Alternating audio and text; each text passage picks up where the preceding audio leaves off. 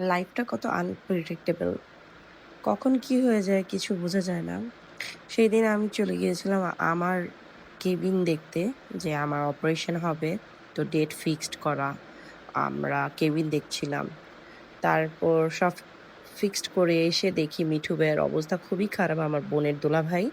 তো ওর জন্য আমরা নিউরো সায়েন্সে চলে আসছি। অনেক হ্যারাসমেন্ট হয়েছে ওইদিন।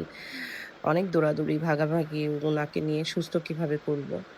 এর মধ্যে আমি সকাল, সকাল নাস্তা করতে বসে গেছি।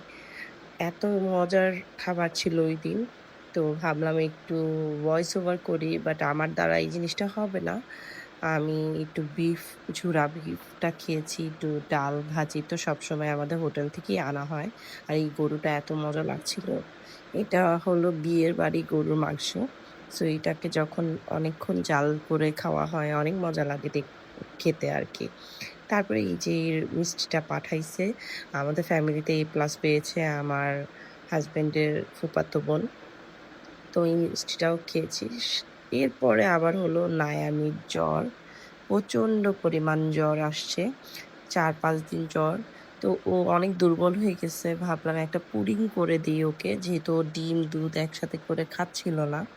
তো ভাবলাম আমি একটু পুডিং করে দিলে হয়তো এই খাবারটাও ওর কাজে লাগবে। সো পুডিংটা একদম পারফেক্টলি ভালো হইছে। বাট একটু ক্যারামেলটা পুড়ে গেছে। একটু তিতা, তিতা হইছে। তাছাড়া অল ওভার আমি যেরকম চেয়েছিলাম এমনই হয়েছে। আমি আবারও করব, বানাবো একদম প্রপার ভাবে। এটা চুলায় বেকড করা। এরপর নায়ামির জ্বর কোনোভাবেই নামছিল না, কমছিল না। এরপর ডক্টর সাজেস্ট করলো ওকে অ্যাডমিট করতে হবে। তো আমরা ওইদিনই সাডেন অ্যাডমিট করে দিলাম ওকে। অনেকগুলা টেস্ট নিলো। এরপর বাসার থেকে আমরা প্রিপারেশন নিয়ে আসি নাই আরকি। তো বাসার দিকে যাচ্ছিলাম যে সবকিছু নিয়ে আসবো। তো লাইফটা এইজন্যই বললাম আনপ্রেডিক্টেবল, বিকজ আমরা কি হচ্ছে, কখন কি আমরা কিছু বুঝবো না। আমার এখানে হসপিটালে অ্যাডমিট হওয়ার কথা, আমার অপারেশন করার কথা। এখানে আমার মেয়ের এই কষ্টদায়ক লাইফটা এখন যাচ্ছে।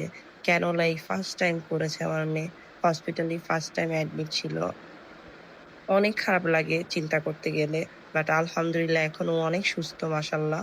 আপনারা সবাই প্লিজ দোয়া করবেন আমার মেয়ের জন্য। এই যে আমি একটা ক্যানোলার ভিডিও দিই, যে ওর কতটুকু কষ্ট হইছে এখান থেকে স্লাইন যেতে, মেডিসিন যেতে। তারপর একটা এক্স-রে ছিল, ওইটাও পুড়েছে। তো অল ওভার ওর অনেকই পেইন সহ্য করতে হইছে। তো এই তো এরকম করে ফুড আসে। এটা গেস্ট ফুড। এটা দেয় নাই আমার মেয়েকে। এটা আমাকে দিয়েছিল। তো এনিওয়েজ কেবিনটা ভালোই ছিল। আমি শিপ ইন্টারন্যাশনালে ঢুকাইছি।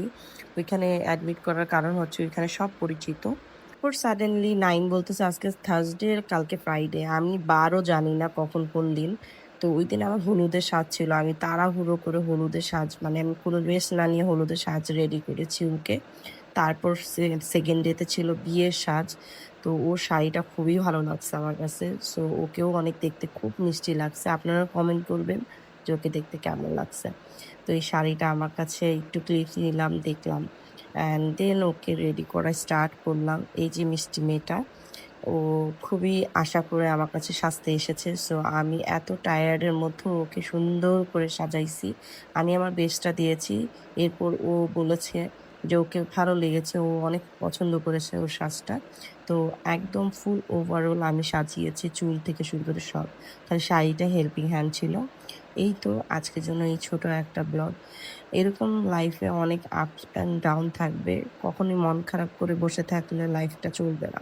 যারা, যারা এখনো আমাকে ফলো করেন নাই আমার পেজটাকে ফলো করবেন। আল্লাহ হাফেজ।